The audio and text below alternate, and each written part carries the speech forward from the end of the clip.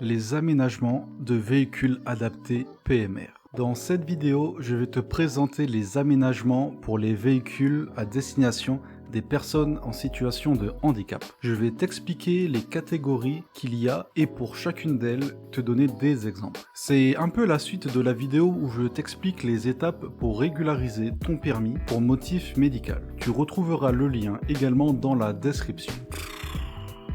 C'est bon, on peut y aller maintenant ?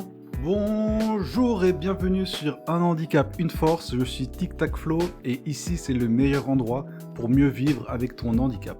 Que tu sois toi-même en situation de handicap, que tu cherches des renseignements ou que tu as un proche dans ce cas, tu es au bon endroit. Merci de t'abonner si la vidéo te plaît, ça m'aide à avancer dans les projets de développement de la chaîne. On n'oublie pas le petit like pour exciter un peu YouTube. Ça me donne des frissons tout ça. On va commencer par le début. Avant même de toucher la voiture, il y a peut-être des modifications que l'on peut faire sur toi. Je te parle pas de chirurgie esthétique, mais des choses qui peuvent t'aider à la conduite qui se retrouvent sur ton corps. Mention liée au conducteur. Beaucoup de gens ont déjà cette mention sur leur permis, et je parle ici des lunettes ou lentilles de contact. Il peut y avoir également l'obligation de porter sa prothèse de jambe pour les personnes amputées par exemple. Jusque-là, tu me suis encore, j'espère. On peut maintenant toucher à la voiture et la liste commence par la boîte de vitesse. Adaptation liée au véhicule. Boîte de vitesse adaptée. Pour ça, globalement, c'est ce qui va éviter d'avoir à faire trop de manipulations avec les pieds et ou les mains. On peut être obligé de conduire avec une boîte à transmission automatique ou simplement un système pour empêcher le blocage ou l'actionnement de la pédale. Mécanisme de freinage adapté. Ici, le titre parle de lui-même. On passe à la pédale de frein. C'est des systèmes qui permettent à ceux qui ne peuvent pas utiliser normalement leurs membres inférieurs de pouvoir freiner.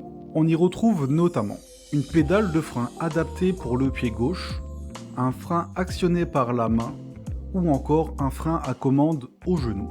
Je te rappelle que la liste complète est dans la description si tu as besoin de vérifier les accessoires, les équipements et toutes les informations. On va accélérer un peu la cadence de la vidéo. Tu en dis quoi ? Mécanisme d'accélération adapté. Comme pour le frein, ces aménagements permettent de combler certains déficits.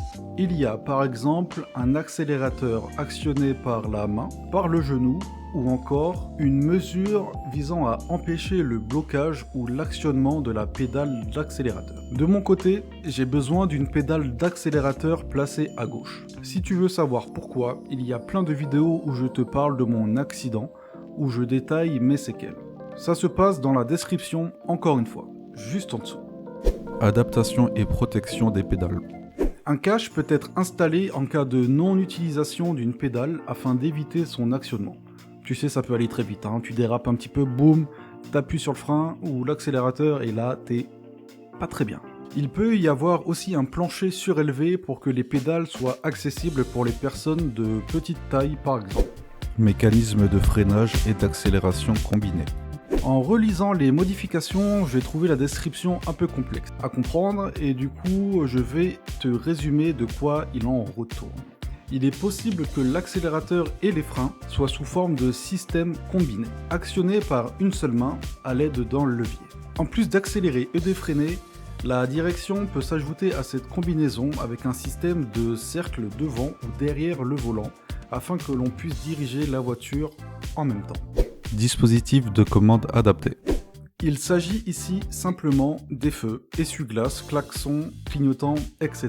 Il y a un système qui permet d'actionner ces commandes, sans lâcher le volant ni le système d'accélération et ou freinage. Direction adaptée. Ici, quand on parle de direction, ce n'est pas uniquement de volant, mais de toute commande qui permettent de changer de direction. On retrouve alors des volants adaptés, par exemple de sections plus larges, de diamètre réduit, d'une position différente, etc. On retrouve aussi pour les personnes sans bras ou sans main par exemple, une direction au pied. Les dernières options pour la direction sont des systèmes qui permettent d'actionner avec une seule main le volant. Ça permet aussi de le maintenir. Ceci grâce à l'aide d'un tripode par exemple. On arrive à la fin pour ce qui concerne les adaptations pour les voitures. Je dois avouer que je ne connaissais pas du tout les systèmes et je te parle des dispositifs de vision arrière et latérale modifiés. Pour ces dispositifs, il n'y en a que 3. Ce sont des dispositifs qui servent à permettre ou améliorer la vision du conducteur afin qu'il puisse avoir toutes les informations dont il a besoin. On parle donc d'un dispositif de vision arrière adapté, d'un dispositif intérieur supplémentaire permettant une vision latérale, d'un dispositif de vision à angle mort. Position du siège conducteur. Quoi de mieux que d'être installé confortablement au dispositif de direction de ta voiture avant un long trajet pour aller faire l'essence. Bon, heureusement, ils ont pensé à tout. Ils ont même prévu des adaptations pour que le siège du conducteur soit à la bonne hauteur de vision et à distance normale du volant. Ils ont anticipé pour avoir des sièges de conducteur adaptés à la forme du corps, soutien latéral avec accoudoir, ceinture de sécurité adaptée et parfois même avec un soutien pour une bonne stabilité. Franchement, je trouve qu'ils ont fait bien leur taf. Alors si ça c'est pas une preuve comme quoi ils prennent soin de nous, on peut plus rien faire. Bon, tu trouves pas que la vidéo est assez longue comme ça? Franchement, je suis d'accord avec toi. Et du coup, on va pas la faire traîner plus longtemps. Je te propose juste de t'abonner pour me donner du courage. La chaîne monte doucement, mais lâche-moi un petit pouce pour accélérer tout ça. Tu peux retrouver la liste et les vidéos mentionnées dans la description juste en dessous. Je te dis à bientôt pour une nouvelle vidéo de Un handicap, une force. C'était Tic Tac Flow. Porte-toi bien. Ciao.